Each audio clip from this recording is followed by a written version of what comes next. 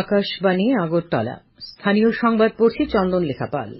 এখনকার বিশেষ বিশেষ খবর হল, রাজ্য নির্বাচন কমিশন আজ ত্রিস্তর পঞ্চায়েত নির্বাচনের আনুষ্ঠানিক বিজ্ঞপ্তি জারি করেছে।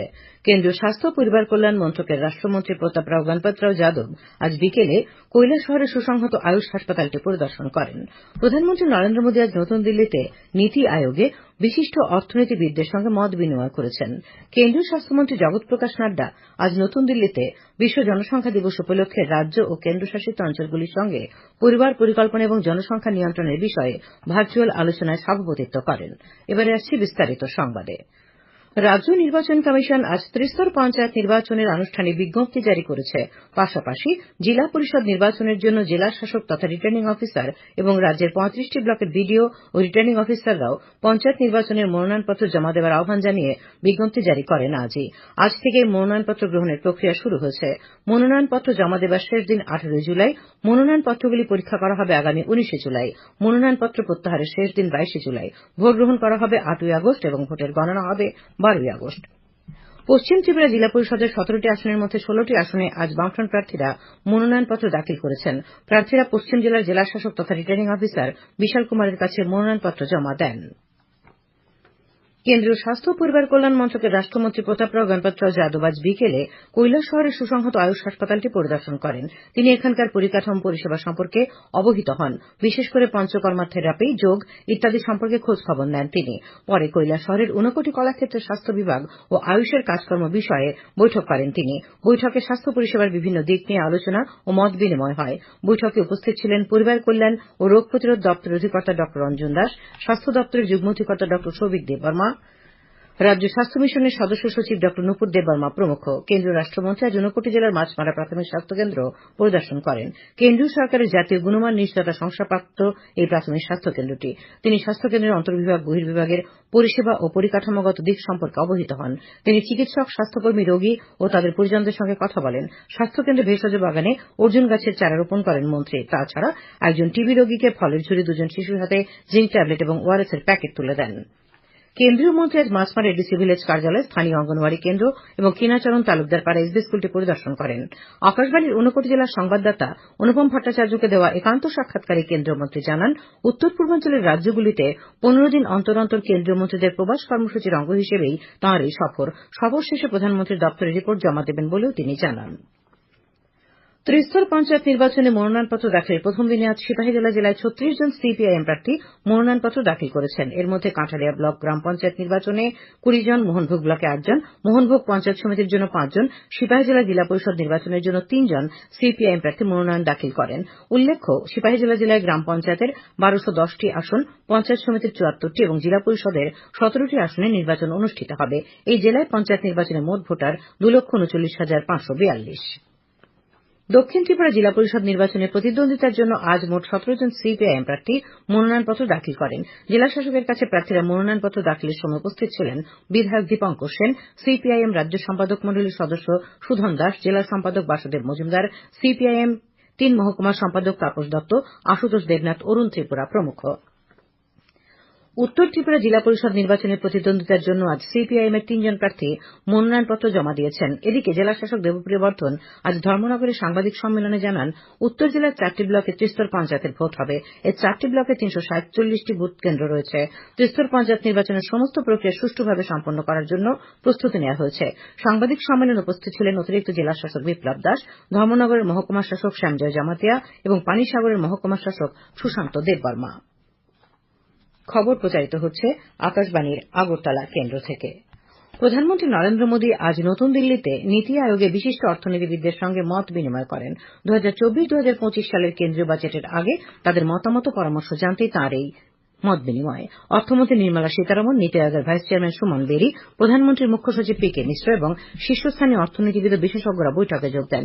এ মাসের 22 তারিখে সংসদের বাজেট অধিবেশন শুরু হবে এবং 23 তারিখেই অর্থমন্ত্রী নির্মলা সীতারমণ লোকসভায় 2024-25 সালের কেন্দ্রীয় বাজেট পেশ করবেন। এটি হবে নরেন্দ্র মোদী সরকারের তৃতীয় মেয়াদে পেশ করা প্রথম বাজেট।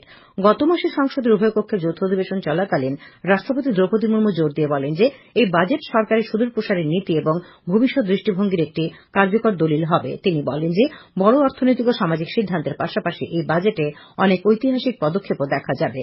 উল্লেখ্য, লোকসভা নির্বাচনের কারণে এবছরের ফেব্রুয়ারি মাসে একটি অন্তর্বর্তী বাজেট পেশ করা হয়েছিল। কেন্দ্রীয় স্বাস্থ্যমন্ত্রী জগৎ প্রকাশ নাড্ডা আজ নতুন দিল্লিতে বিশ্ব জনসংখ্যা দিবস উপলক্ষে রাজ্য ও কেন্দ্রশাসিত অঞ্চলগুলির সঙ্গে পরিবার পরিকল্পনা এবং জনসংখ্যা নিয়ন্ত্রণের বিষয়ে ভার্চুয়াল আলোচনায় সভাপতিত্ব করেন। অনুষ্ঠানের বিষয় ছিল মা ও শিশুর সুস্থতার জন্য গর্ভধারণের স্বাস্থ্যকর সময় এবং ব্যবধান। সভায় শ্রী নাড্ডা জোর দিয়ে বলেন যে সঠিক পরিবার পরিকল্পনা নিশ্চিত করতে এবং বিশেষ করে সমস্যাগ্রস্ত রাজ্য, জেলা এবং ব্লকগুলিতে সঠিকভাবে প্রকল্প ও উদ্যোগগুলি কার্যকর করার জন্য কেন্দ্র এবং রাজ্য উভয়কে সম্মিলিতভাবে কাজ করতে হবে। স্বাস্থ্যমন্ত্রী আজ বহুমুখী পরিবার পরিকল্পনা প্রদর্শন মডেল সুগমের সূচনা করেন। এটি পরিবার পরিকল্পনা পরিষেবা প্রদানকারীদের দ্বারা পরিবার পরিকল্পনা সম্পর্কে প্রয়োজনীয় সচেতনতা তৈরি করার জন্য তৈরি করা হয়েছে। তিনি পরিবার পরিকল্পনা সম্পর্কে সচেতনতা সৃষ্টির লক্ষ্যে নতুন রেডিও স্পট এবং জিঙ্গলও চালু করেন। রাজ্যপাল ইন্দ্রসেনা রেড্ডি নাল্লু আজ গোলাঘাটি বিধানসভা কেন্দ্রের অন্তর্গত কাঞ্চলমালায় একটি বহুমুখী ফার্ম পরিদর্শন করেছেন। এই ফার্মে পোল্ট্রির মুরগি পালন, মাছ চাষের পাশাপাশি বায়োগ্যাস প্ল্যান্ট ইত্যাদি সম্পর্কে রাজ্যপাল ফার্মের কর্ণধারের সঙ্গে কথা বলেন। স্বনির্ভর হওয়ার জন্য রাজ্যের বেকার যুবক যুবতীদের এ ধরনের বহুমুখী ফার্ম গড়ে তোলার উপর গুরুত্ব আরোপ করেছেন রাজ্যপাল। ধলাই জেলার জেলাশাসক সাজু ওয়াহিদের ত্রিস্তর পঞ্চায়েত নির্বাচন অবাধ ও শান্তিপূর্ণভাবে সম্পন্ন করতে প্রতিটি রাজনৈতিক দলের সহযোগিতা চেয়েছেন। আজ ধলাই জেলার জেলাশাসক কার্যালয়ে আয়োজিত সর্বদলীয় বৈঠকে তিনি এই সহযোগিতা চান। বৈঠক শেষে জেলাশাসক সাংবাদিকদের জানান, নির্বাচন সুষ্ঠুভাবে সম্পন্ন করতে পর্যাপ্ত নিরাপত্তা ব্যবস্থা নেওয়া হবে। ধলাই জেলায় 3টি ব্লক এলাকায় 41টি গ্রাম পঞ্চায়েতে নির্বাচন হবে। মোট আসন 222।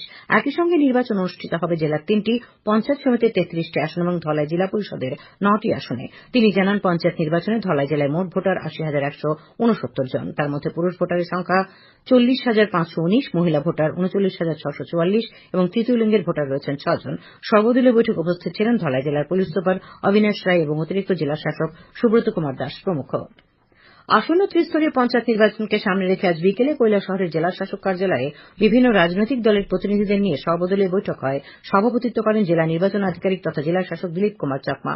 বৈঠকে বিজেপি, কংগ্রেস, সিপিআইএম, তৃণমূল কংগ্রেস এবং তিপ্রামাথা প্রভৃতি রাজনৈতিক দলের প্রতিনিধিরা অংশ নেন। বৈঠকে জেলা শাসক সুষ্ঠু ও শান্তিপূর্ণভাবে নির্বাচন সম্পন্ন করতে সকলের সহযোগিতা কামনা করেন। উল্লেখ্য, 49 জেলায় মোট ভোটদাতার সংখ্যা 1,28,737 জন।